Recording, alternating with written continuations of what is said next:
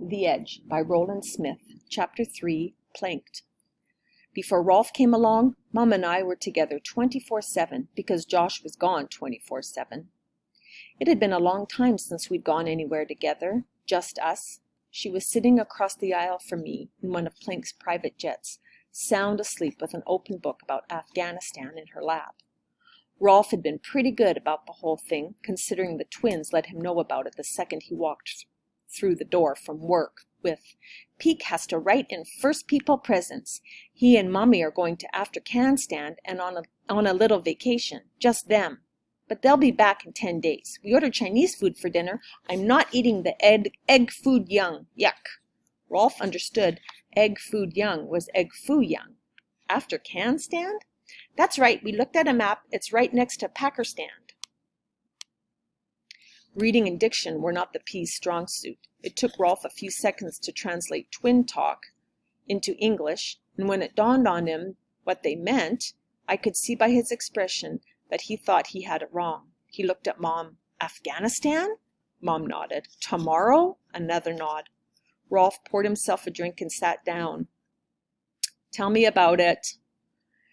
It took all of about 5 minutes for Mom to explain. The twins got bored halfway through, wandered into the music room, and began practicing a duet of Mozart's sonata in B-flat major.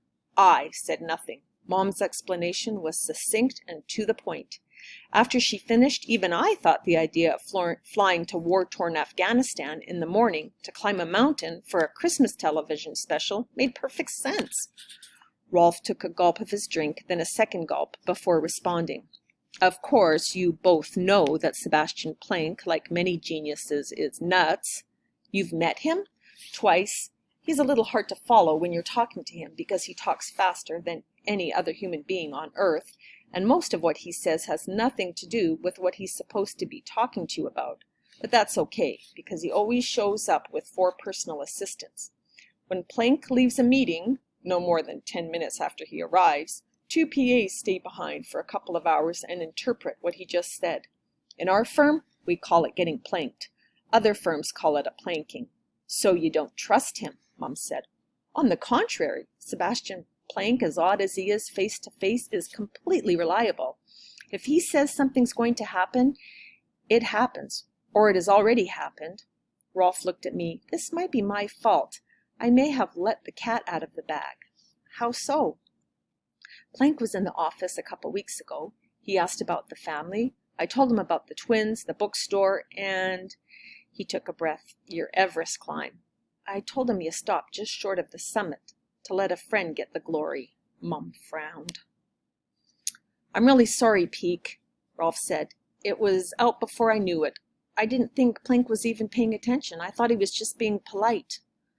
"No big deal," I said, and I meant it. Sunjo was still the youngest person to reach the top of Everest. Rolf looked relieved. "Did you know about this peace climb before the film crew showed up at the bookstore?" "No." He looked at Mom. She shook her head. "I bet nobody else knows about it either, except for his people and the people participating in the climb. This is how Planck works. There'll be some rumors floating around about it. There'll be some rumors floating around by now because of the internet and social networking, but the climb will be over before any of the rumors are confirmed." "Did they have you sign anything?" "A non-disclosure agreement," Mom said. I hadn't signed anything, but at 15 my signature wouldn't have been legally binding anyway. I knew this because Rolf was my stepfather. Obviously, some of his legalese had rubbed off on me.